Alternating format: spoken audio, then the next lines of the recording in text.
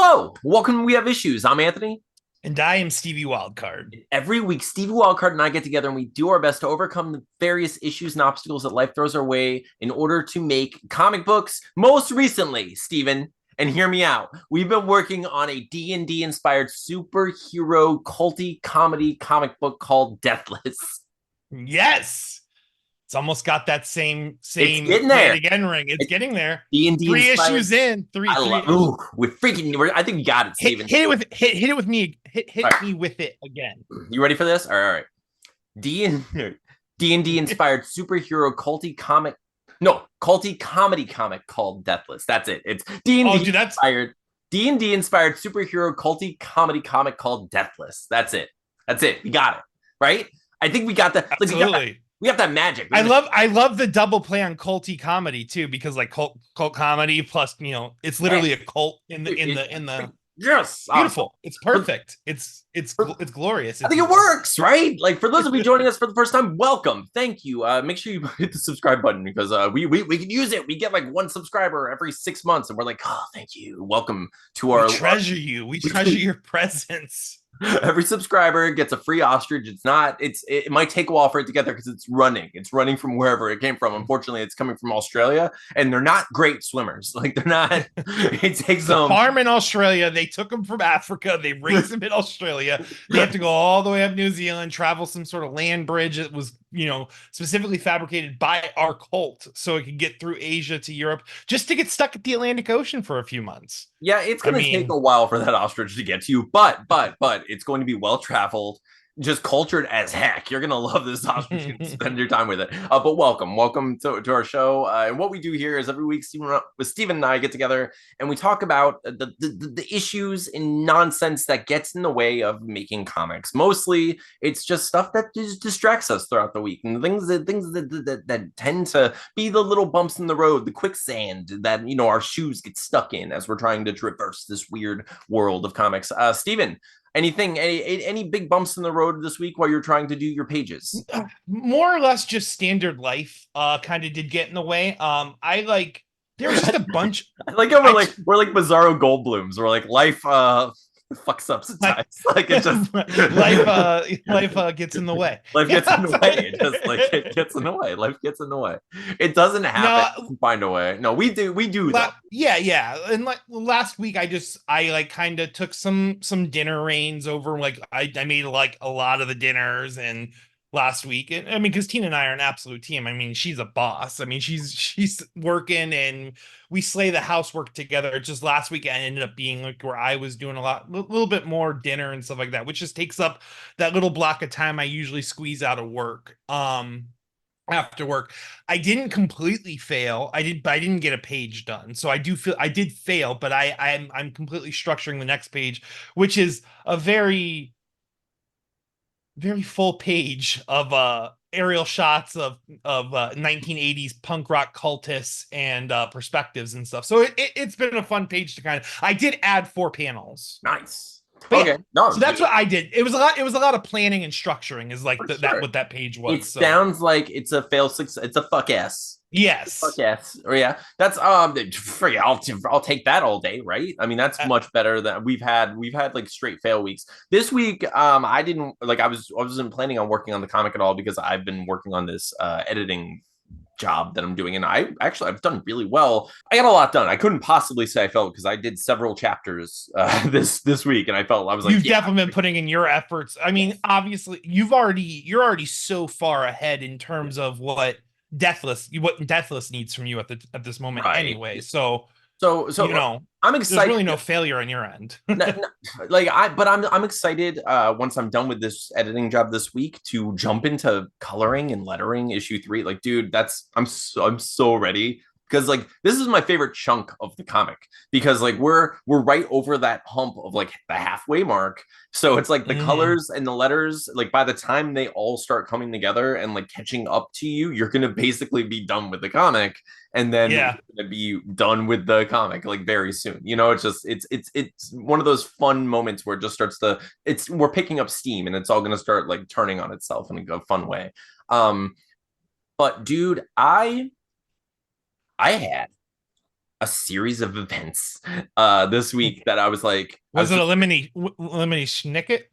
yes, yeah, it was Was yeah, a series of it was a unfortunate series of events. unfortunate events. Yeah. I had, dude, I like Jude Law came by and he was like, I want to talk to you about your life real quick. And I was like, no. He's like, is Neil Patrick Harris playing the bad guy or is Jim Carrey playing the bad guy? I was like, both. They're working together. There are two bad guys in this In situation. tandem. No, like actually there was one bad guy. I'll say there was one bad. Okay, I'm gonna tell. So two things. I'm just gonna just quickly put it out there. First, I'm gonna talk about my work woes real quick, Steven, because like something happened this week. They sound horrifying if I'm honest. Steven, something but happened. Also hilarious to some extent. Yeah. Oh yeah. Like it's funny. That's why I'm gonna share the story with the people because I'm just like someone will appreciate this or like relate to this in a bit, in some way. But like I don't even know if we should like if there's any like fun tag for this, but it's like like retail retail retail retails of terror. Anthony's battling the future that's coming his way, and there's a guy that's coming from corporate. He's gonna ruin Anthony's life, but not if Anthony can help it. It's retails of terror. Okay. So I work in retail. I work in a craft store. I've worked there for longer than I should, but it's been a sort of situation that's once Atlas and I had to leave, the previous home. Now I found a job that'll let me work while he's at school, and it just works out for like the time and such, and it's a very convenient place. I like doing it most of the time, although so recently they've tried to make me like it less. They're like, you know what? You're not hating this job enough. So what we're gonna we've actually devised we've devised some tactics to really amp it up. Basically, yeah. Ooh, it looks like you're like we've been watching you on the camera, and you seem to have looked at your phone and smiled once or twice throughout the day. And most of your interactions with people seem to be pleasant. If only there were a way. We can completely change that. So I'm like, okay, but like hit me with it. What is it? And like, oh, well, your new coworkers are going to be these 3 robots. I'm like, oh, great. Okay, cool. Like, are they going to be able to do the job on their own so I can go do other things in the business and like in the building? And they're like, nay, what they're going to do instead is take all the good credit for the things that you give them because you're going to usher people over to them and, ask people to put in their information. And the robots will get all the credit for that. When the robots don't gather that information, we're going to blame you for not doing a good enough job for ushering people over. So, like, it's all ridiculous, right? So I'm just like... There's no victory. There's no victory. There's no success. There isn't victory if I find victory. No matter what I do, it's like they're pinning me against these robots while also simultaneously, like, yelling at me when the robots do better than me and also don't do well. I can't win. It's crazy. So in addition to that, they are also pushing these credit cards, this like store-wide credit cards harder than ever, right? They're like the interest rates keep rising and like their desperation keeps kind of just like, just reaching an all-time high of like trying to let's get these people, rope them in with this credit situation. Dude, okay, so the district manager comes in and I'm like, why? Why do I have to be here when the district manager comes in? I don't like these. I'm in any world. I'm not interested in like the NPC like dialogue box, like the dialogue circle, like in most. In my opinion of the corporate structure, I know what you're the district manager should be managing the managers who then manage you anyway. Why is there any connection with you to the district manager? Exactly. Now, not to mention, okay, just like quickly. Just when the district manager comes, it's very similar to when you're driving the road and you're driving safely, but you're driving a little faster than the speed limit in general because literally everyone is, and you're just driving along with traffic at a decent, reasonable pace. But then you see a cop car parked and you slow to the speed limit or around the speed limit. And then when you see the cop car is empty, you just go your reasonable rate again, like the reasonable speed again. You do the thing that's probably is fine and the thing that everyone knows is okay to do, but you just had to be safe because of that silly cop car and just because you didn't want to get in trouble for something. Just in case you're the one guy out of the pack they decide to hone in on.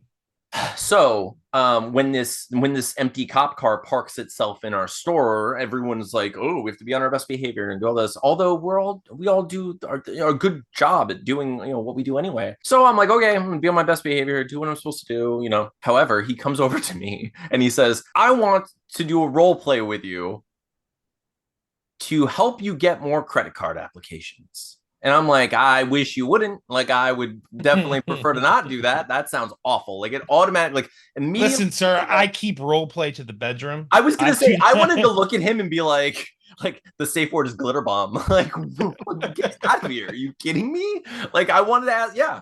So he's like, okay, we're gonna do. I want to do a role play with you. I was like, I should charge you. I should charge. This is not cool. This is not okay. I don't get paid enough to act. So I was like, okay.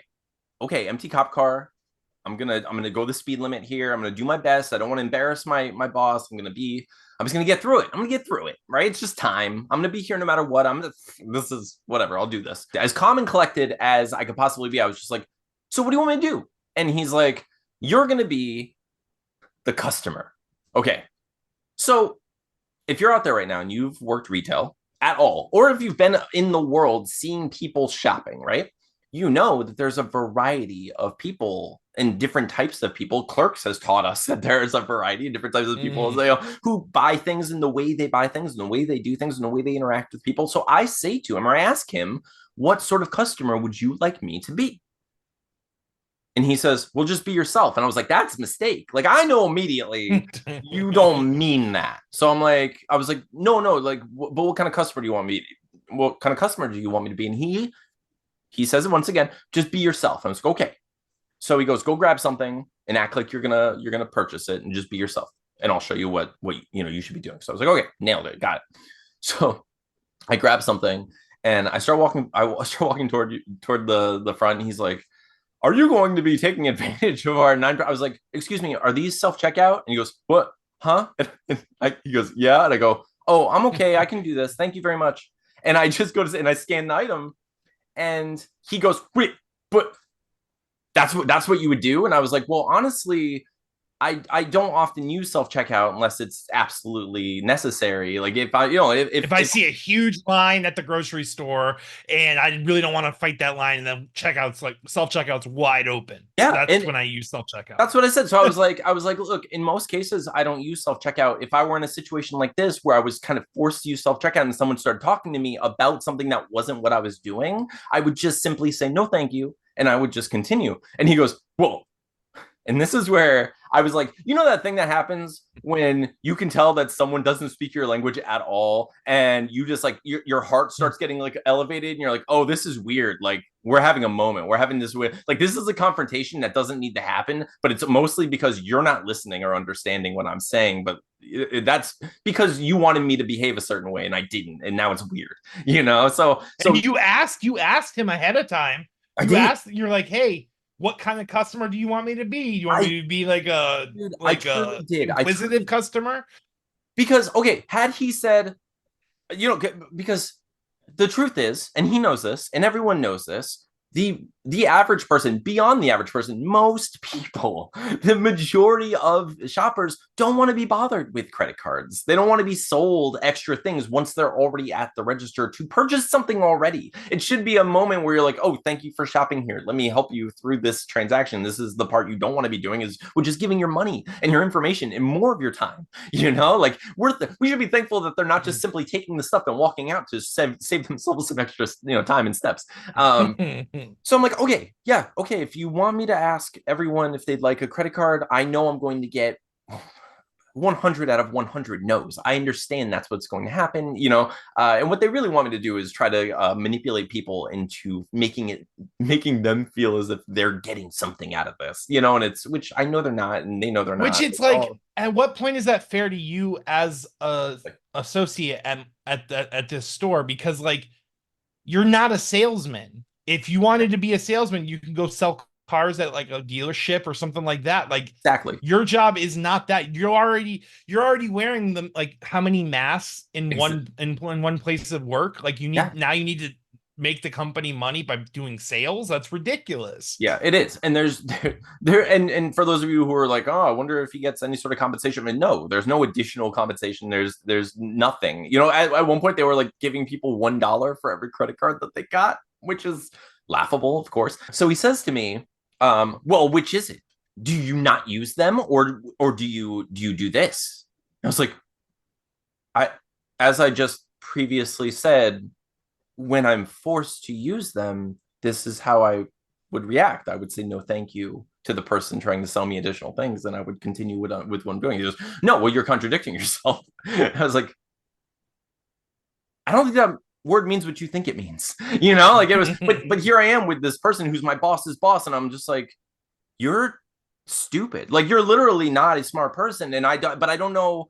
I'm trying my best to weather this ridiculous storm. So I'm just like, well, sir, it's, there are different scenarios that occur. And I was like, you create, so I said to him, I was like, you asked me to improvise with you. And in the scene that we set up, you created a situation in which I was obligated to use this machine. If you're telling me that in our scene, you were offering a different, opportunity, you didn't say that. I was playing the role of me not knowing this information, so I was like, I'm playing the role of me he was standing in front of me, blocking me and kind of like securing me to one location in front of the self-checkout. So I was just like, okay, well, what I'm saying is you designated that this was my only opportunity. If it wasn't, and I had another opportunity, I would prefer to go, talk to someone. And I wanted to say, not you, like if I were in a situation in which like my choices were a robot or that guy,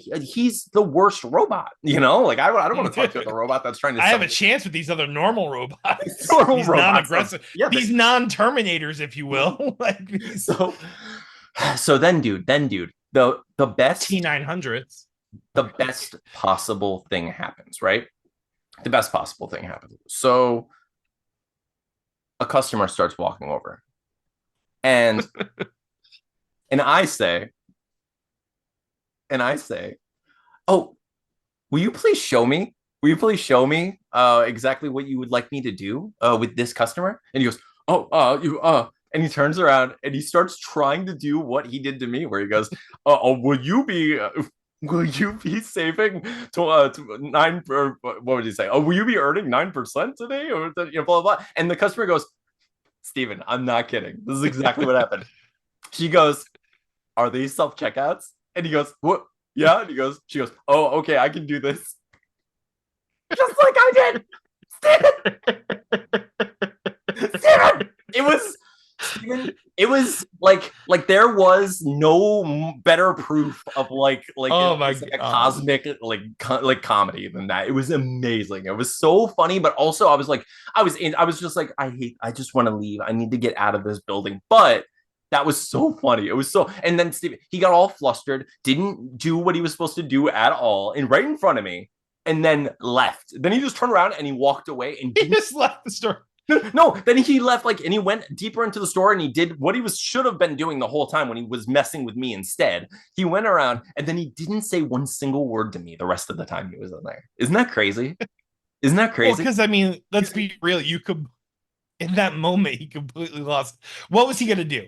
There was nothing else he could do. No. His only choice was to apologize, and there was no way he was picking that. He couldn't. That wasn't even a valid option on the buttons. It wasn't even set to triangle. He couldn't do that. And that's the problem, is like those people are literally the worst robots. Like he does have a dialogue box. He was saying to me like, oh, there are only 3 things that could possibly happen. I'm like, no, there aren't. Like you're creating this like weird false trichotomy or whatever. Like it's like it's not true. There are so many variables that could happen in any given scenario, and you're just not clever or creative enough, or human enough to recognize them. You don't do this job and actually interact with humans. You sit and like are just kind of like feed, like you're a sponge for this corporate nonsense, and then like squeeze it on me, and I'm just like have an umbrella, and I'm like, ew, I don't want that. It's goo. Get that oil off of me. If they wanted customers to get signed up for credit cards, they would give the associates that get them to do that $25 to $50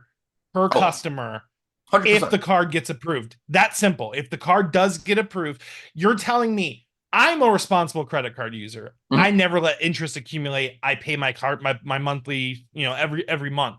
Yep, But there are gonna be plenty of like, and this is gross. I hate credit, but sure. there are gonna be plenty of interests that are gonna be raked in that are easily going to compensate your employees for going above and beyond to get these people to sign up for these credit cards, which like is an infinite likelihood that this person's going to return to your store, and you're just expecting people to do it for the same hourly wage they're already making, and that's just absolutely ludicrous. It is. That's stupid. It Why really. would it?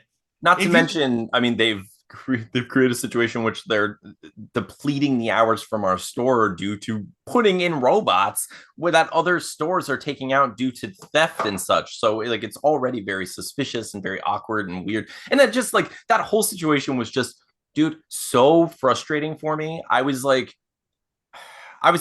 considering like using like AI to create like feet only fans and stuff. Like I'm just like, what do I do? I'm spinning my wheels trying to figure out what more I can do. And that's one of the reasons I was like, I am excited for this editing job that I'm doing because like I'm gonna be making some money doing it, and I couldn't use that because oh my gosh, I need it. I need to get out of this freaking retail. So I was like down, and I was already having a bad week, and then Steven, and then oh, Steven. oh. Okay, okay, so. I for the last what 2 years now for the last for a while I've been on the show Critically Stupid, the D&D real play D&D comedy improv show, Critically Stupid, and it's been freaking great. It's been so much fun. You got to be on the show, and like your whole character on the show. So it's I'm just just in the maelstrom forever now, apparently, just that's true. sucked throughout time. Yeah, so so for those of you who aren't aware, Critically Stupid is unfortunately not going forward with any more episodes. The creator of the show decided to quit. Just the campaign, like mid campaign, just decided that the show, for various reasons, just wasn't going to move forward, and oh man, it sucks. It sucks for me. Like I was really enjoying it. Like I was really like I don't know. I don't get out much. I don't do a lot of those things. And like that was one of those things where it was like it kind of like this where it's like serves dual purpose, where I was like, oh, I get to spend time with friends doing a fun thing that's also going to be, like it's going to somehow be perpetuating, our careers as entertainers and writers and creators and such. So but it's just like, dude, it sucks. Like, I'll tell you the part that sucked for me the most, right? A couple weeks ago, we recorded a full episode and we had a great time, and it was such a good episode and it was so funny. And I was just like, I felt so good about it. And then I literally at the end of the episode, the creator of it was like, guys, I just want to tell you this might be the last one. I don't know if I want to go forward with this. And I was like, oh my God, what? And then for the next week, we kind of spent like we were talking like talking about it a little bit on Discord or like suggesting things, and I was like like saying like, look, if it's too much work, I'll be, I could edit, or like do something like take some of the stress off of you if that's what it is. And it's just like I spent that week thinking like, okay, there's something I can do to save it. There's something I can do to not let this go, and then after the week, he was like, no, I've decided that's it, and he didn't want to do it anymore. But then he told us to keep it under our hats because, he wanted to make an announcement. So then another week went by and I just had to not say, I just had to act like this is fine, and like everything's okay. And I'd like, like share the episodes and like, here this is. And dude, it hurt so bad. Like it sucked, man. It sucked. And you know what? I think I told, I don't know if I told the story in the podcast, but when I went through my breakup with Atlas's mom, right? Mhm. Dude, I she was at for a while, for a long while, for like 2 months, basically 2 or 3 months, she was kind of teetering and acted as if there was a way we could fix it, like kind of suggesting things, the way people do when they're not yet like I don't know, like ready, or like just they know they know it's over, but they're not ready to either hurt the person or they're not ready to make that next step for whatever reason. It's just that's a human thing. You don't want to hurt people, and you also are scared to make that leap for whatever. But like, but she was doing the thing where it's like, I just need some space, or I just need, I just need this, or I just need some time to think, or I just need, and it was just that where there was that kind of empty hope, or it's like it was that dark, weird, shadowy hope that I knew wasn't real, but it also like it was what I was holding on to with dear life, like wanting to be real. And dude, like we got to the end of that. Like we were like I knew it was over. And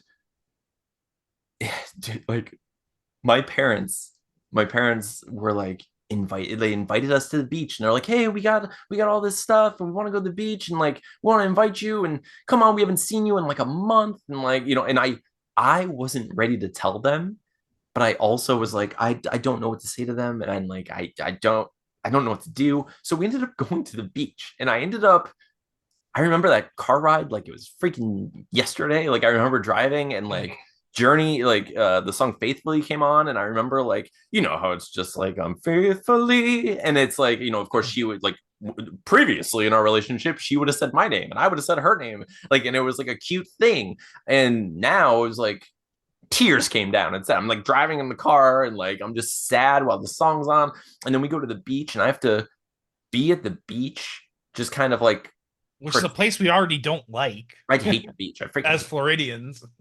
But like I had to be at the beach just like pretending we're in a relationship, like we didn't touch or anything, but like I didn't say anything about it. And I just kind of had to be like, well, yeah, I'm not going to tell anyone that I'm dying inside right now. I just have to go out in the water and hope no one can tell the difference between my tears and the ocean. No, but the level of salt is the same, I assure you. but that, okay. So like, dude, and when that happened, literally this month, 6 years. Really? Yeah, it was the That's wild. same month and everything. What's and up with summertime, man? It's just so, yeah, dude. So we went through that for a while, and we ended up like what, mid-June, finally starting to like move out and stuff, and like it was terrible, but that's how this felt like I have to watch people like sharing our stuff and like, commenting on it and saying things, and like not I can't say anything to them about the fact that I'm dying inside, and that, like we broke up. Unfortunately, I was dumped. Like this show dumped me, and it has to feel like that way to some extent, because I mean, yeah. it's literally been, like you said, like 2 years, something like that. Yeah. How long? Yeah, I mean, I don't know. it's a relation. It's been a while. Yeah. But I mean, it's the end of an era, and any end of any era is, yeah, it's painful. It's painful to shift out of something that wasn't, what I'm saying? Like that should always be, yeah. And, I mean, he has his reasons, and like, of course you have to respect that. If he doesn't want to do it, you don't want to force it, or, it's better that, it's better to have ended it now than to have struggled through it until the end of the campaign, I suppose. But I just like, for several reasons, it's painful, and it's hard in general to just end on a cliffhanger. You're just like on a, in the middle of a story, and just like, oh my gosh, that'll never come to fruition. Like my character is just in limbo now and doesn't matter. And like everything, it stinks. We recorded a whole like a Patreon campaign. There's like a whole separate campaign with different characters that we came up with, and we did it over the course of like what was like 8 or 9 Friday nights, and it just nothing now, and it stinks. It's so weird that like it felt like so many people loved it, and it's just it's like this, like we're here, and I know at least a handful of people will make it this far in the episode, and will be watching us and commenting below and saying things, but like I couldn't just leave that. Just it hurts. It sucks because I have control over this. I can go and post that. Like if you broke up with me, which you better never break up with me, Steven. That would never happen. Swear to God, Steven, I swear, don't you dare. I will break up the podcast before I break up with you. But, dude, I have friends, but like you and Tina are my besties. You know what I'm saying? Like that's just forever. So. Probably like you, Tina, and Jimmy. I think those are like my people. I still try to talk to, and then of course my brother Brandon. But like, yeah, I would never break up. Dude, but it's like, but even if you like, let's just say you were like, you know what, we're always gonna be friends, but I don't want to do the podcast anymore. I have to go spend time with the girls or whatever it is that you're like, I have to do this. At least I could look in the camera, talk to people on this, post it in the same place, and be like, hey, I'm here. I'll do this. Like, I'm sorry. It's not going to be the same. We're going to change this a little bit and I'm going to do what I can to hopefully you'll still be entertained or, whatever. But I have an intention here. I'm going to do this thing and I'm part of this and I'm not giving up, I'm not giving up. And I don't get to do that. Like, it's just like I'm just dead. I get killed off screen. I got killed off screen, Steven. I don't like it. I don't like it. It makes me feel. So then what we got to do is the only thing that could possibly have more hype would be dude, just imagine the setting. Like, new campaign, right? You're still Arnold, okay? But this takes place long after this campaign was suddenly brought to a halt. So we have to like figure out what happened in that campaign. So okay, I'll tell you. So I was thinking about it and I was like, he wouldn't Alex Adium would never just give me the channel. I know that. But if he did, I was thinking about it. I was like, you know what would be really cool to do a spin-off of Arnold going on tour. Like, he's just like, I'm gonna go play music from town to town, right? So then I could come up with like one-shot adventures for people. And then like you could be in the band and Arnold could be an NPC. So you'd be a player character and I'd just be like the DM and NPC. And then we just get like around, just like different guests come in, like all the people we met on like our friends and people who actually like would have fun doing it and just like do fun one shots and like quick stories and stuff of those shows, like what happens at the show, but also like what happens after the show and like what happens in the town, like different mysteries and like silly like battles and bar fights and stuff. And just I think it would be a lot of fun. That'd be awesome. But of course that wouldn't happen as far as like using Critically Stupid. So it would have to be something completely separate, which telling you, man, we just merge, we just force all the members of Don't Make It Weird to like spend even more time they don't have. And we start our own D&D channel with Tina, Dina, you, me, Daniel, and Papa Sean. And we just have the most insane campaign. We're talking, we show it sex story. We show all of it. I knew you were gonna say, yeah, but yeah, dude. That would be amazing to do something with them at some point. But I don't know. But like right now, I'm just kind of in like this like little like quicksand morning period where I'm just like, ugh, I've been so down. I'm starting to get out of it. I'm starting to like get my energy back. That's why I came up with like the D&D inspired superhero culty comedy comic, and I was like, yes, my magic is back. I got this, But like, dude, I've been sad lately and it sucks. I'm single, Steven. I'm single. I haven't been dating. I haven't kissed anyone in freaking 2 years, and I'm getting broken up. You are pretty caught up on the comics and stuff. You could probably go fish around on some dating apps. Poor Steven. I might download one just for the stories, but like, no, I can't. Just for the stories. Just for the stories. Shut up, Steven. The story. No. Man, dude. No more of that. But I have so much stuff I want to do though. I'm like, we have to make a freaking movie, Steven. But speaking of the stuff we want to do with our lives, we have people who want to know things about us, Steven. We do have a lot of questions this week, so we should like get to some. Oh dang! Let's do it. Let's do it. All right, enough sadness. Except for I'm sure we have some questions about it, but we probably already answered all those. But let's do questions from the colony. Yeah, the gallop and the roar of the ostrich cold, and they're gonna bring all of the questions. But Anthony and Steven are a little off guard, so they're doing the best to answer those questions. Is questions from the colony. Not gonna rhyme it with Anthony, even though I just did. It's questions from the colony. Oh, dude, so good. It's so good every time. That chorus it hits, man. That chorus, like you. I think I just need to like legit write something real quick with that hook, and then just. Yeah, I mean, I like it. I like that it evolved. I know it's the same every time, but I like that. I love it. I think that's probably legitimately the best one. Our friend Ronnie asks the first question: Our friend Ronnie asks, is the Hulk part of the LGBT community? I mean, he's inside another man, and when he comes out, everyone is quite upset. Bruce Banner tries to hide the fact that he has a relationship, but he can't deny it for long. Thoughts? It's I don't believe he identifies as part of the LGBT, but if he does, I just I haven't read that much Hulk. I I know what mean, you're saying how though, about I but put it this way? If the Hulk and or Bruce Banner identify yeah, in the LGBTQ community, I'm still it's awesome. Either way, yeah, I'm good for not him. sure if Bruce Banner is, but yes, I get what you're going for But with I'll say the based on those no, not based on your joke, Ronnie. How dare you? It was fun.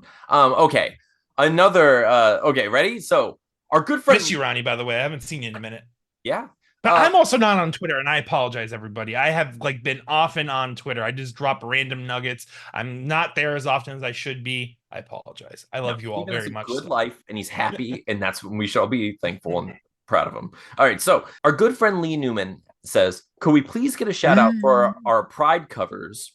We're trying to raise money for the Trevor Project. Also, last call for Barbarian Queen Charybdis issue 1 before we go to print next week. So yeah, everyone go check out Lee's comic. I'll post a link below to his crowdfunder campaign. The new covers are pretty cool. It's pretty awesome. Barbarian Queen Charybdis is incredible, and Trevor Project is a really great. You know what the Trevor Project is, but yeah, go support them. Lee's incredible, so we're gonna post all the stuff below. If you haven't read that comic or haven't like backed the comic, please go do that. Steven and I Yeah, are and in the comic. we are. We're warriors. We're part of their. Yeah, it's awesome. But like, it's a really cool and like the comic as a whole too. Is it's like flipping like how I would put it is it's like you know how some TV shows have like 2 or 3 episodes in each episode. Yeah. That's like kind of like what the vibe that Barbarian Queen Charybdis is like putting out there. It's almost like you're seeing different stories happen in the mouse in this universe. You know what I'm Yeah, saying? like it's So not an anthology, but it is an anthology, and that's yes, it's really cool. It's like he said, it's like Saturday morning cartoons, but it's super awesome and super well drawn by Shiro. So oh yeah, definitely check it out. no, it's a beautiful book. Okay, our friend Jess Lee asked Steven, okay, which Universal classic monster would be most likely to start a very successful pyramid scheme? It's the mummy, right? I mean, The I would pyramids. hope. The mummy. I mean, No, you know what though? You know what though? You know who It would be like is the creature from the Black Lagoon universe? yeah, Well, yeah. just yeah, okay. It'd be like the creature from the Black Lagoon, and everyone would be like, well, you would think it would be him. Like that would be like the running joke. The mummy isn't the head of the pyramid You know scheme. who it is Or though? You know who who is it it? is? You know who it is? It's Dracula. It's No, Dracula. no, you know why? Think about this. He bites someone, and then they bite 2 people, and then they bite 2 people, and then it's like the blood flows uphill. Like it's And the he's so vampire is fast. just more efficient. The Wolfman can do the same thing, but just it's too chaotic. He doesn't have enough organization skills. Dracula knows how to make the most money out of his pyramid scheme. I mean, yeah, So there is always the hierarchy of he's the master, he's the leader, he he's is the the master. head The of the Wolfman, Wolfman. the moment he creates another Wolfman, he's tied. He's Oh not yeah, even at the top of the pyramid. no, It's a no. square, Even if, baby. and then at best he has to fight to be like the alpha werewolf. And who wants Yeah, that? That's not a over and over. pyramid. That's just a rectangle. And That's then there's the likelihood that he could possibly imprint on something he shouldn't, and then it's no. just like really awkward for everybody involved. I mean, let's just Moving stay on. away from So Jess also asked, which monster would be the most okay, which monster would be the most likely to start a successful cult? Ooh, I think once again this goes to Dracula, does it not? I It mean, feels that way for sure. It does. I think you know I think Dracula's just the king of the universal monsters. So okay, I feel like the werewolves, like the Wolfman or like a werewolf, might be able to because you have the whole moon worshipping situation. You also have like the mini nippled movie of American Werewolf in Paris, where all of those werewolves are like wearing hoods and injecting themselves in a very cool culty fashion to go and sacrifice all of those humans and make more wolves sometimes. So like I can see werewolves doing it also, but like yeah, I feel like once again, I think Dracula just does it better though, right? I Like think so it's too. so funny how those two are so close, but the vampire just like gets the edge. No, I completely agree. Okay, Levi asked some questions. Let's see. Levi asks, and by the way, we love Levi. Levi's a great friend. Levi's incredible. Levi, you know what Levi's doing? Levi is hiring and commissioning me to do like a few works of art. I already have one project. I haven't started it yet, but I'm going to start it very soon. Levi just out of the blue, like says, I want to support you. I want you to be able to quit your job. What can I do? And like I gave him like what I usually charge for commissions, and they were like all about it. And like it's awesome. So like I haven't started them yet because I'm still like progressing. I want to make sure to get some of the page done, but I am probably going to start that one there. So Levi asked, how do you make it work bringing Atlas to work? Okay, so there's a windowed classroom in my work that's literally 10 feet from where I stand all day. So I can see him perfectly, and I only work a really short shift, so it's always fine. I'm trying to not have to bring him there, but it's tricky during the summer. So let's see. When you're releasing another music video, Steve and I really have to work on one. Like we have to do this. We have two songs that we could Yeah. use. I Yeah. mean, two songs that are basically good enough for audio. Yeah. So we should. We'll work on one this summer. I'd say like probably hopefully within the next few months. But we've been super busy and struggling. So let's see. What pisses you off? Honestly, a bunch of things. Deliberate like miscommunications or like misunderstandings, like when people what really bothers me, like what really grinds my gears is when people seem to want to misrepresent the intention of other people, or like when someone like when someone misquotes you or like just makes it seem as if you were trying to do something that you weren't trying to do. I don't know. I guess I don't like lying. I don't what pisses you off, Steven? I'm not like a super like arrogant person by any means or like cocky, but like I hate when like it happens to me with my work where like people will think they know more about pavers than I do. And it's just like, listen, I'm not like the best paver guy ever, but you definitely don't know what I know. And I'm telling you, like, with these variables at play, this is what needs to be done. And it's I think frustrating when homeowners won't listen or like they think they know more than me. It's I think wild. I think in both cases, it's like there's like an arrogant ignorance that Steve and I both don't really like. And I don't even treat people that way, like, even though I know, like, going into a situation with like a homeowner or someone like that, I already know the answer, but I still act like, like not like cocky about it, like I'm just not like humble as possible.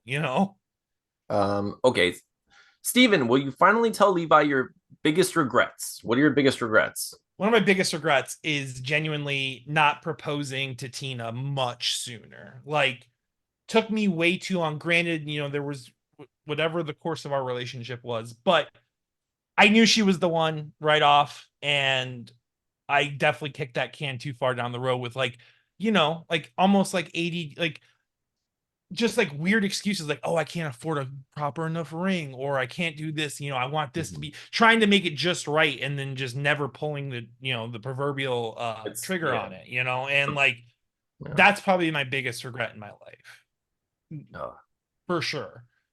But other than that, I mean, of course, we have things with our friend, like with Mike. I mean, there's regrets there. There's regrets with Tommy. There's regrets with like you always there's situations that are like forever life changing that you wonder what possibilities there would be if you would have just done something differently or tried, or there's like a lot of things. But yeah, definitely not marrying Tina much sooner. That's a good one. Let's see. Is pain necessary to create great art, Stephen? I will say, I feel like personally, unless like a lot of music, I feel like music is one of those genres that like if you're trying to get into the feels, like I feel like tragedy really does play a very heavy role in what you can accomplish with music. I think of songs like, honestly, like Tears from Heaven by Eric Clapton has to be one of the most heart-wrenching songs ever written. And it's all in context, like in context of what that he endured. And like I don't know. There, like, I think music is like that. I think it depends on what kind of art you're creating, right? Like, I mean, art is such a it's you can anything could be art. So if you're a happy-go-lucky person, I'd imagine being as happy as possible would be the best way to create the happiest art. So Yeah, I mean, it depends on the art. I don't think it's necessary. but Mhm. it does tend to facilitate situations where beautiful art I is mean, created. That's true. I mean, yeah, of course, some of our favorite art is created through pain, and because of pain, sculpted in the wake of the, it's sculpted in the quicksand, of that pain. That's that yes, that's true. I don't think it's necessary. Like, I mean, there are a lot of fun, silly, like beautiful artists, who just like create, mhm. not, I mean, there's a lot of like fun abstract stuff. So like a lot of sculpture stuff, a lot of just like, I mean, there are a lot of silly like comics. Like Madman isn't necessarily written through pain. It's there's a lot of like Mhm. existential angst in it, and I wouldn't call a lot of it pain. It's like some of it's there, but it's not the majority of it. But yeah, but I don't think necessary, but I think important too. I think it's one of I the think I think I think the one type of art really is like one of the music really is one of the ones that does benefit a lot from tragedy. Like, I mean, it's not my personal favorite Coheed album, but like Good Apollo Volume 1 is debatably the greatest Coheed album per, I guess fans anyway. And a lot of fans don't really care for the newer stuff because the newer stuff, Claudio is happily married with a child, and like the new stories are brag. kind of following that Mhm. storyline basically, and there's not that angst anymore. But like, I think music, like, I mean, I think of bands like Brand New or like I don't know. But once again, I'm not always trying to be down either. So I mean, I Well, definitely need and I need something. It's not so just in that tragic. in that vein, Stephen, Levi also asked, "Where's your headspace at these days?" I'm good. It's more physical than it is emotional anymore. Tina and I mean, not that we were really like ever like in a truly bad spot, but Tina and I have just been in like a complete rhythm lately. Like when it comes to like how we like run the house and everything. So like relationship wise, I'm like solid. Work wise, it's not so bad. I have air conditioning in the truck. So like a year and a half ago or a year ago when we weren't having AC, that was rough. But it's mostly physical. Like my arm still isn't good, man. Like I can't lift a gallon jug past my chest with this arm. You know what I'm saying? Like Yeah, it's something going on with the tendon. yeah, But emotionally, I'm definitely much better than I was, 6 months ago, 7 months ago, that's whatever headspace I was in. I don't know what it was, but yeah. I'm definitely in a much better headspace than I was then. So For me, I've mostly been in an okay place. I mean, recently, obviously, I've suffered, through this like some breakups, losses. I some mean, it's losses, rough. So yeah, I'm going to be mourning, and but like you just you just asked about pain being necessary to great art. It's not necessary, but it does often fuel me because I tend to be in this weird cycle of people breaking my heart. But I've always been someone who will bounce back and shake off that quicksand and like throw it at a canvas somewhere. So I now have my Fridays and Sundays back. I don't have to make music videos for Critically Stupid anymore, so that's another chunk of my time I get back. It's and then it was fun writing music for Critically Stupid, so like I probably will write more music, but just for other purposes, like probably more personal Mhm. purposes, due to various things. I'm gonna write my Taylor Swift album about Critically Stupid. Here it comes.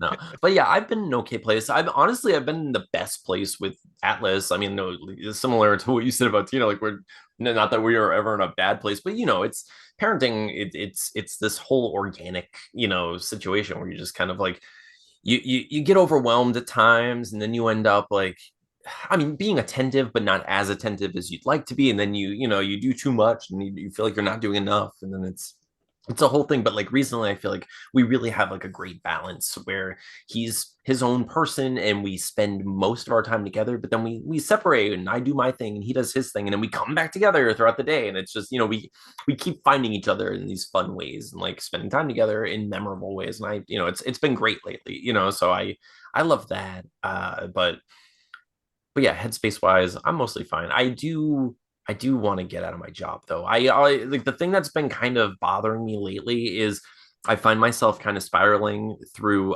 like potentialities, like I'm just like I want to make the movie. I have 3 issues of Bullet and the Beast that I could put out, so I'm just like I hate it, dude. Like, if I were to just win the lottery, I would do all of it whenever I wanted, and it would be great. I wouldn't have to worry about it. And I could plan it out and just be like, oh, this is how I want to release these things, and this is how this will work. And instead, now I'm like, I have this stupid thing in the back of my head where I'm like, okay, well, if I make a Kickstarter for the movie, um, it's like hopefully it's successful, and if it is, I'll have this chunk of money, but it has to go specifically to the movie, and I can't necessarily like not work unless I make a ridiculous amount of money with the movie, which I probably won't. But if I put the Kickstarter out for Bullet and the Beast issue 1, I can try to ask for enough money to justify that, because I can use that money for like printing funds, and also the time to color and letter and do stuff for issues 2 and 3 and such, and it feels more justifiable, whereas the movie, I don't know, it kind of feels more, I don't know, like up in the air, like nebulous, because I'm like, I don't know, is it okay to be like, hey, I want this much money so I can take off of work to edit this thing and make the music for this thing and do this, because like it's going to take a lot of time to make a movie. Mm-hmm. And I would I'm sure that, I mean, I'm sure as long as you're upfront and honest with what the funds are going to be for, then like yeah, I mean, people are going to donate to the cause if they won't, they fully believe in it. yeah, but I hate thinking about projects in terms of like what's going to make money, or like how can I what will help me get out of my job faster, when really I just want to make everything. I just want to be able to make stuff, and it drives me crazy that I can't. But now I am going to have more time, so I'm going to have my I'm going to have my weekends, and like after Atlas goes to bed, I don't have to rush him off to bed at 7 o'clock so I can go play D&D or whatever. I can put him to bed at whenever it's time to go to bed, and then do stuff. So it's Do you one thing that I was thinking that we could do just to drum up content in between like Deathless issues coming out is I wonder how like maybe like it's something that's up your alley. I wonder how hard it is to where we could make Deathless like somewhat like a motion comic, like with what we already have. oh, I see what Like put like some sound engineering behind it you and record the lines and things like that, and just like publish shorts, like not even full issues of like the thing on our YouTube channel. Like I don't really know, like TikTok too. You'd be able to like right. I almost feel like with the TikTok generation and with like the it might be a good way to get content out there about the book. I just don't know. It can't be that involved. It has to be. I'm sure it's involved, but I mean, like, Well, it depends on what you want to do. I mean, because we yeah. could, I mean, I could do like a panel to panel like quick, like kind of like edit, like make it into a movie. But to make the things in the panel move themselves, you'd have to isolate the drawings, and like Mm-hmm. create like the skeletons and everything, and then be able to and move them and such. But so that would take a lot of time. But Well, I mean, I think of like those, there's like those Warcraft videos when they were doing like for announcement trailers for like the next patch and stuff. mhm. They would do like it was like a motion comic, but it's not like extensive movement. It's literally like this, and then it's this, and then Uh-huh. all they did was they did like some sort of connecting blur effect to Mhm. that. Like a Yeah. shifting, and I think we could probably get away with a lot of like camera panning and zooming in and zooming out with Like like the recording classic and stuff like anime that. saving, yeah, Yeah. saving animation time. And with, like 90% of Dragon Ball Z episode. It's Of just the course. the thigh shot. And Yeah, I mean, that is something that I should start spending some time on now that I have more time, is just like posting more. I hate TikTok so much, but like it is so helpful. Like we'll get good at it and have like a huge following right when it gets banned. exactly. Exactly. Oh, but yeah, I do want to start making more shorts in general, and just posting them on Instagram, posting them on TikTok, posting them on YouTube, and trying to get like, and making some of that would be posting the comic, and making like you said, like a motion comic. We should put music to it and stuff. I mean, that kind of thing isn't hard. It's like the actual animating part is hard, but as far as the just kind of going panel to panel, but like with like thematic music, or like and dialogue and such, that part's not hard, so we could do that. Levi only had one more question, which is, do you hate my questions? No, Levi, you asked some pretty awesome questions. Yeah. You'll never like I told you before, you will never be crossing the line with me. I'll let you know if you ever do, but you don't. I'm an open book, and I love the questions you ask. All right. So Paige asked, now that you're looking for a new way to be creative and magical, what are the chances you guys making some new music together? Steven, you want to make an album? You want to do a? We should just write a song, just our own song. I mean, yeah. I like. I was thinking about like just writing like an EP, like a short, like a 5-song album. Anyway, like I would like. I miss writing music. I've written so many songs for Critically Stupid, and like I haven't written a song in a while. Like it's been a bit, like I will, because for a while I wrote a song for my ex, and I wrote a song for my other ex, and then I wrote like 5 songs for my previous, but it was like, but then other than that, it was like songs with Mike, or it was like song, and like the Wake Up song I wrote, for because I was sad and I wrote it, it was like that's basically where I am now, where I'm like, I want to write more stuff like that, where I'm, it makes me not sad. So I would like to, if Steven would like to. Steven, you want to make some music with me? I do. I wish one of us would have learned drums. I hate myself every day for not being a drummer, Steven. Every day. Edwin at Lost Between Worlds asked, what cliche / stereotypical role do each of you think you would classify as if you were in a horror movie? Steven, who would we be in the horror? I'm definitely like the final girl. Steven's the final girl. I'm the final girl. No. I am. Who do you think you'd be? I'm definitely the comedy relief that doesn't die right away, but dies like middle of the movie, and like it, re-establishes the scary tone of the movie. I gotcha. The Jamie Kennedy kind of like, yeah, that's what I think I am. I'd be the killer, obviously. Anyway, next question. Obviously, no. Who would I don't know. I'd probably, I'd be the guy who everyone thinks is the killer but isn't the killer, and then I get killed, and the people are like, oh yeah, they realize you're not the killer high. because you die. Yeah, that's what it is. Like everyone thinks I'm the killer, and then I die just with everyone hating my guts. That's what it is. No, I don't. I honestly. That's probably it, though. I guess as far as a movie, that's probably the role. It's probably the role, though, right? Okay, let's see. Daily Downing said, you don't have to talk about the sad news if you're not ready, but I also want you to know we'll be willing to let you whine if you need to. Well, I did talk about it a bit. I tried to not drone on too long about that, but yeah, it was a rough week. Let's see. Fowler asked, who is better vampire slayer, Simon Belmont or Van Helsing? So I've never played the Castlevania games, but I'm pretty sure Simon is just like every Van Helsing story, like times 1,000. Like, is that what it is? I mean, I'm pretty sure. I mean, the dude's like fighting demons and vampires and everything. I mean, and if you gotta think, if he's like the character that wins in the games, the video games, video games are always well above. If you actually start putting numbers in, like how many vampires Simon has killed, well, how many has he killed? Is it every player that's ever used Simon? But like, is that how many vampires he has actually slain? Because like.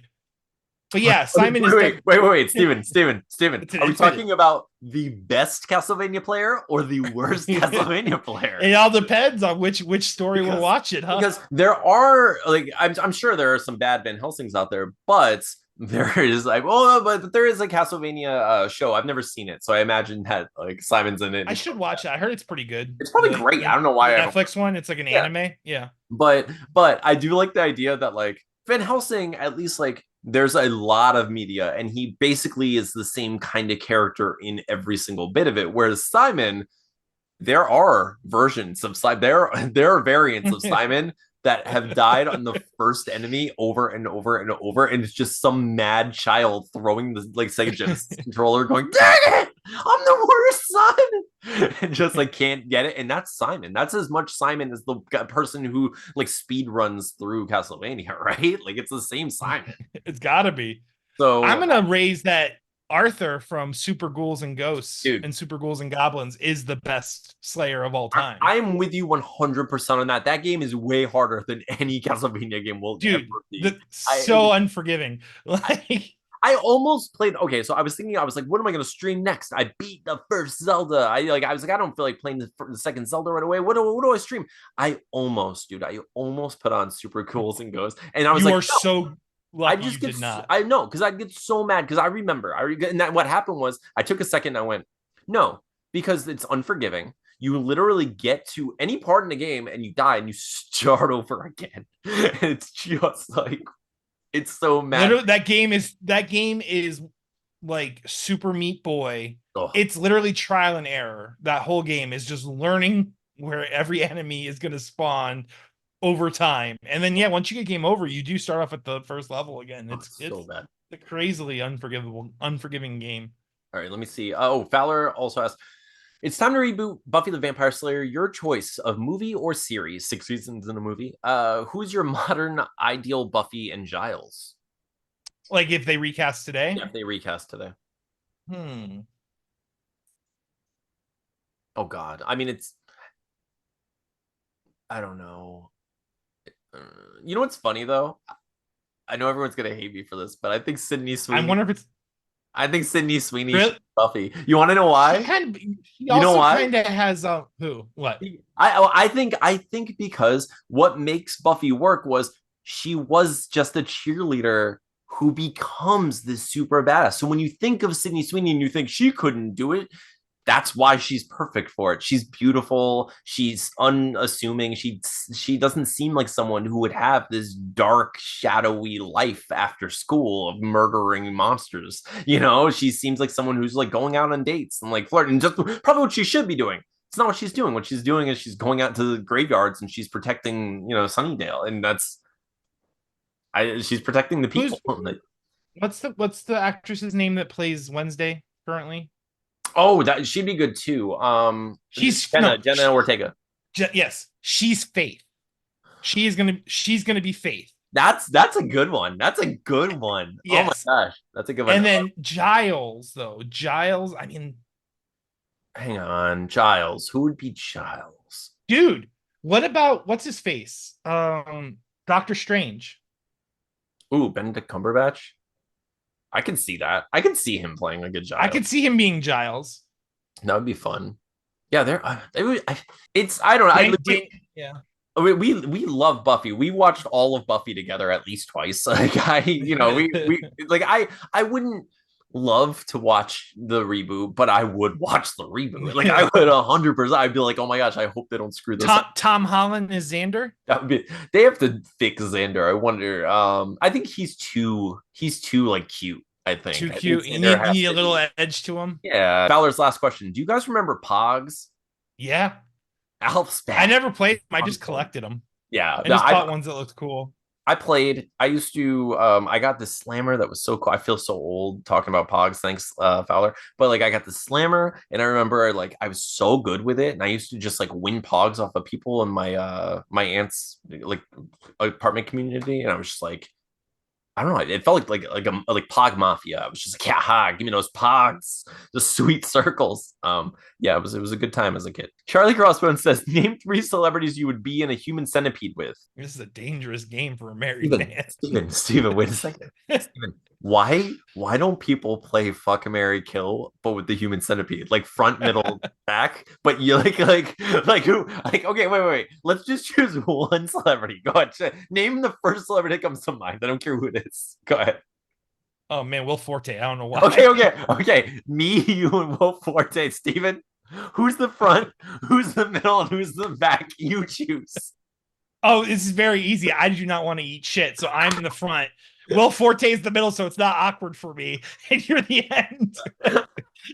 That's a perfect answer. That's a perfect answer, really. Okay, but as far as like 3 celebrities, if I had to choose like them doing it, I don't know. I feel like it would have to be people I just like really don't like, like I just never want to hear from again. We just want to see all 3 of them suffer. I mean, I don't really hate anyone I don't hate anyone at the human centipede level. Yeah, I don't think I do either at the moment. So let me see. The Rogue Depot wants to know, why do you wear socks? Steven, why do you wear socks? Oh man, if I didn't wear socks to work, I would have the worst time with all that sand. I gotta wear socks to work. I actually don't wear. I do wear socks like if I'm going somewhere like like to someone's house or something like that. But if I'm just running up somewhere, I have shoes I slide on. Yeah. We're in Florida, baby. You gotta like All right, let me see. Tricks. Hi, Tricks. Tricks asked, tricks. were you as caught off guard by the ending of Crit Stupid as the rest of us? Yes. Yeah. So, like I said earlier, we recorded a whole episode. It's like going on a date with someone, and then after the date, they're like, "Hey, I know we've been together for a couple years, and we just had a great date, and we've had so many good times together, but I never want to see you again, and I hate your guts." And I'm like, what? And that's how it felt. So yeah, it was like breaking up with like a long-term girlfriend after a wonderful date. It was weird, and yeah, it caught me off guard, and it hurt. Let me see. Paige also asked, "Can we just okay?" Paige also asked, "You get a golden ticket. Which candy is getting you in trouble?" Oh, so like okay, so like you get the golden ticket, you go to the Wonka factory. By the Steven, I have to say something really quick about this. We're running late, and I don't wanna run too late, but I'm gonna do this really quick, Steven, because I have opinions. It's come to my attention that it's super popular these days to hate on Grandpa Joe, right? Like everyone thinks Grandpa Joe's a piece of crap. He laid in bed and let his family suffer, blah, blah, blah, and all this stuff. And I get it. It's easy. It's easy to hit on Grandpa Joe, right? Right? Low hanging fruit, Low baby. hanging, low. I mean, he has the lowest hanging fruit. It's ripe. It's the sweetest fruit. You want to bite it. Who doesn't want to hate old people? But hear me out. Hear me out. Grandpa Joe, okay, was a World War II hero, okay, who was like who came back to a just demolished, decimated economy and life. And it was forced to live in basic destitution, thinking I fought and nearly died and watched my friends die for this, for this world, and you see these people like Wonka, like Willy Wonka, who has this incredible factory where he could be employing just hundreds and hundreds of workers and just like creating an economy and booming, like making this civilization, especially in this town. And what he's doing instead is just simply using a small group of literal aliens and just shoveling chocolate into the world. And if you look, all of the money that people have seem to be going toward chocolate in this world. There are chocolatiers and they're singing. They're singing. That's these guys are so well paid that they are able to just dance around and sing and enjoy. This Candyman hits a little girl in the face and just keeps singing, Steven. That happens in the movie. That's how you know that this economy is booming for him. Like, he's just like, this is my bread and butter. Like, he can kill a child on screen. They kill a child on screen and no one cares because Willy Wonka is basically like a freaking a despot. Like, he is like a dictator, like high up in his weird ivory castle that the grandpa helps Charlie sneak into, essentially. But people think, oh, well, he also got Charlie in trouble for a fizzy lifting drink. Okay. Or alternatively, the adult Willy Wonka person shouldn't blame a child for the actions of the adult. So the same thing that you're doing, Willy Wonka was guilty of, right? Like Willy Wonka blamed Charlie for the actions of being, he was manipulated by an adult into doing that thing, right? Should he not listen to his grandpa? Wasn't it the right thing to do what his grandpa was telling him to do in the moment? He didn't know. He's a child. He doesn't have the ability to choose. So I'm just saying, not to mention, in offering Charlie the various opportunities of like slippage in saying like, hey, here's an opportunity to do the wrong thing. Will you do it? The grandpa was just being the role of the snake in the Garden of Eden. Are you going to sin or not? That's on you. You have free will. You're going to drink that child, and he did. So that's on Charlie. And then Charlie also employed the same free will that's applauded later when he chooses to give the everlasting gobstopper back to Willy Wonka and not to Slugworth. So you're seeing that he was tempted into using the fizzy lifting drink, but then learned a lesson and despite the temptation of all the money that everlasting gobstopper would have given him, he chose to give it up because it was the right thing to do. And he learned a lesson because of what the grandfather did and the consequences of what happened with the grandfather in general. He needed that in order to facilitate, his moral and ethical growth, to help him lead him into that decision that he made that led to him getting the whole freaking chocolate factory. So if it weren't for the grandpa being there, he would have just been another cog in the wall, and Willy Wonka would have just been like, okay, you're just another person who's going to not have my factory. You're probably gonna die. Yeah, exactly. I'm a serial child murderer. But anyway, sorry, I just don't think that he's the villain of the movie. I think, first of all, Willy Wonka is the villain of this movie. Like, he truly is a villain of the movie. I love him. He's incredible. Villain of the movie. People are dying, and he's anyway. What if you were in that factory? Everything is edible. What candy would you be like, oh, I'm in trouble? I don't even know if he had this combination at his factory, at least in the movies, but like, for me to like truly be swayed away, it would have to be like some sort of chocolate peanut butter situation. Oh yeah, 100%. I mean, I think that's like what would need to happen. Yeah. I would need like a Willy Wonka's. That's me saying Reese's, but it's called a Willy Wonka's. Wonka's. No one tried to bite Willy Wonka. No one ever once in the whole movie. What if he's made of candy? He has to be, right? No one tries to eat a pair of, like, his clothes at least better be. I mean, that would be just edible everything. Just Willy Wonka has edible everything. Just my underwear. I think. Oh, now Willy Wonka getting weird. I think literally the only thing I actually enjoyed about the Tim Burton Willy Wonka was that Johnny Depp, instead of using like a little flute, just went yeah. I thought that was funny. Like, that joke made me laugh, but like everything else, I'm like anything else. Let me see. F, Marry, Kill, Jessica Rabbit, April O'Neil, Kitty Pryde. What do you think, Steven? Oh my God. Or do you want me to answer because you're married? It's up to you. But that's such a tough one anyway. I think April, unfortunately, has to die. Kitty Pryde, I think I marry. You know what, though? Okay. I'm going to say two things, Steven. One, April O'Neil is like a pretty hot redhead. But the more important thing there is I don't want the turtles to want to get revenge on me for murdering you. But you have Kitty Pryde if you marry Kitty Pryde, bro. That's true. Kitty Pryde could take out the Shadow Cat is gonna mess some turtles up. Wait though. I don't know how to say this in a way that's. I feel like Kitty Pryde has too much power. In that, like, she could mess with you even in a playful, fun way while you're participating in certain activities where she just doesn't. You're not there anymore. Like, she's not. You don't feel her anymore, and it's just one of those things where it's like, I don't like. How's that bed feel? How's the bed feel, buddy?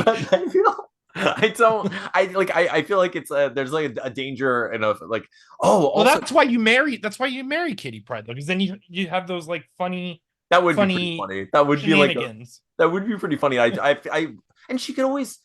I think my fear is like, oh, what if she hated me? But if she's marrying me, she has to love me, right? And if that's the case, yeah, Kitty Pryde is definitely like the more marryable of the three, right? Like I'm Jessica Rabbit. I'm not gonna marry a cartoon.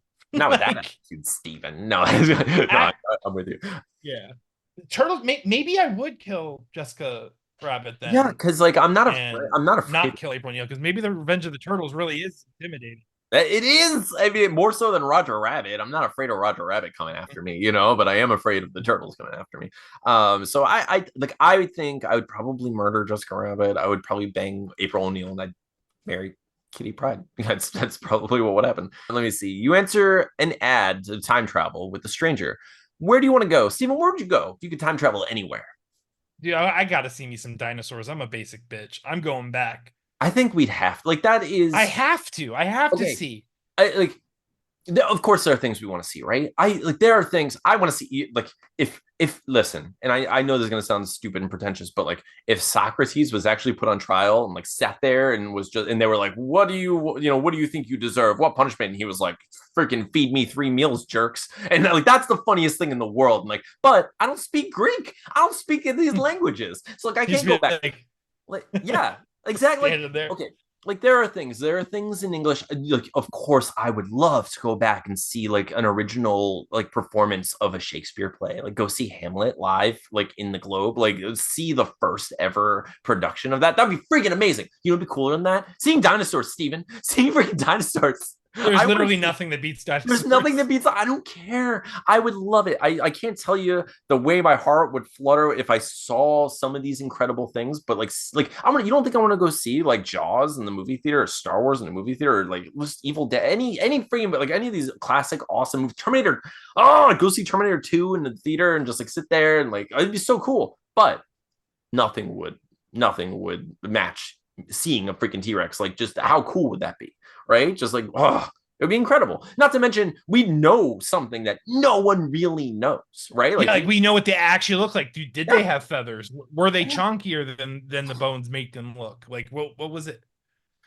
We would, we would have that information, which like I think that would feel great. You know, I'd love that. Let's see. You wake up with the power to teleport. Where are you most excited to go? Man, teleportation is such a cool power. Oh, it is. I would just go see everything. I don't even have like a most excited. I think it'd be cool to go to Tokyo. Yeah, I think Japan, because I would never want to fly for 17 hours, but if I could teleport there instantly, that'd be pretty cool to see. Yeah, that'd be awesome.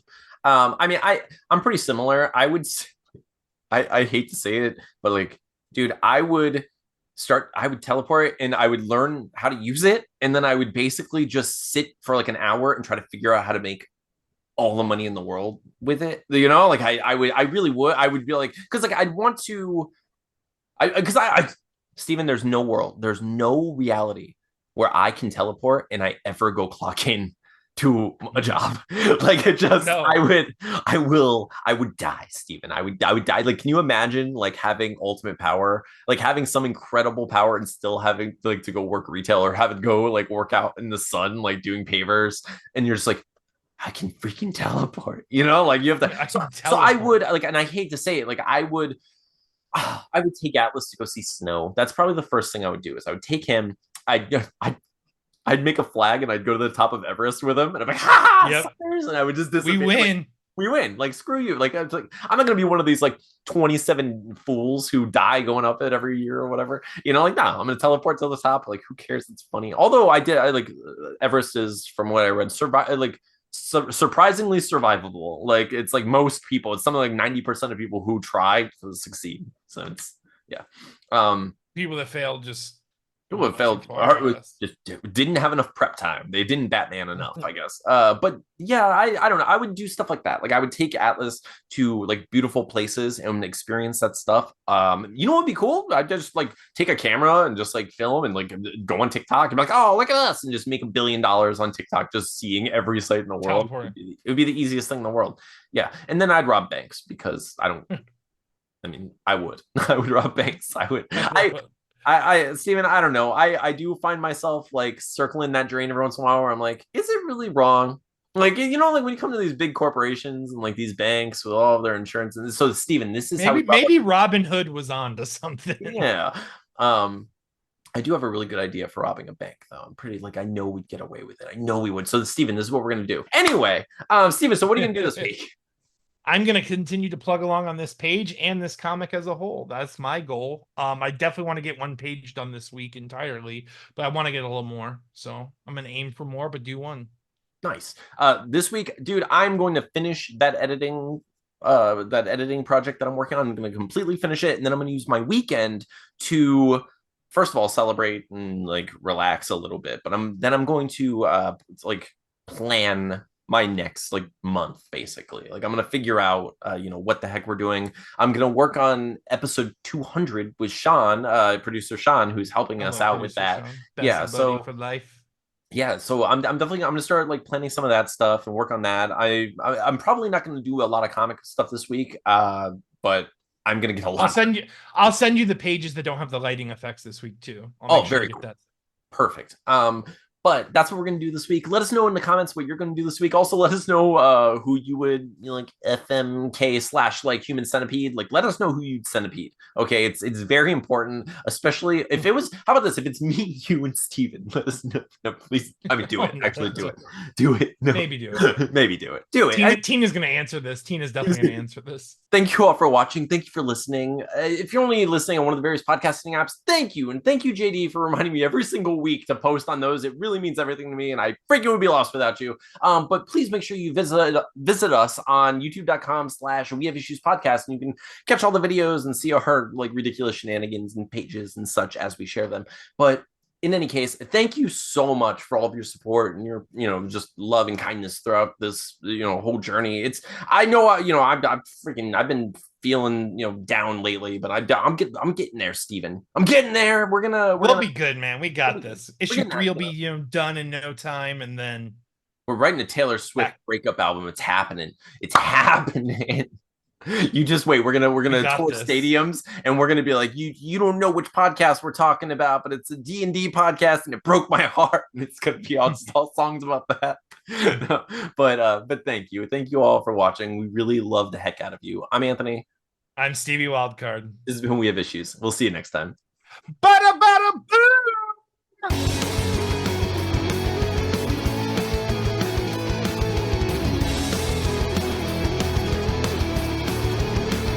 Probably just wouldn't get enough nourishment, honestly. I'd be like, hey, can you shit my mouth already? I need some food. Oh, damn it. I feel like that line needs to stay in. Dude, just end the episode with that. Can you shit my mouth already? I need some food. Just end the episode. That's the boom. Like the after credits is just, you shit my mouth already? That's I wish I could put that whole thing in it, but I can't because we're gonna rob that bank using that. We're gonna rob that bank with that strategy. The human centipede strategy. Okay.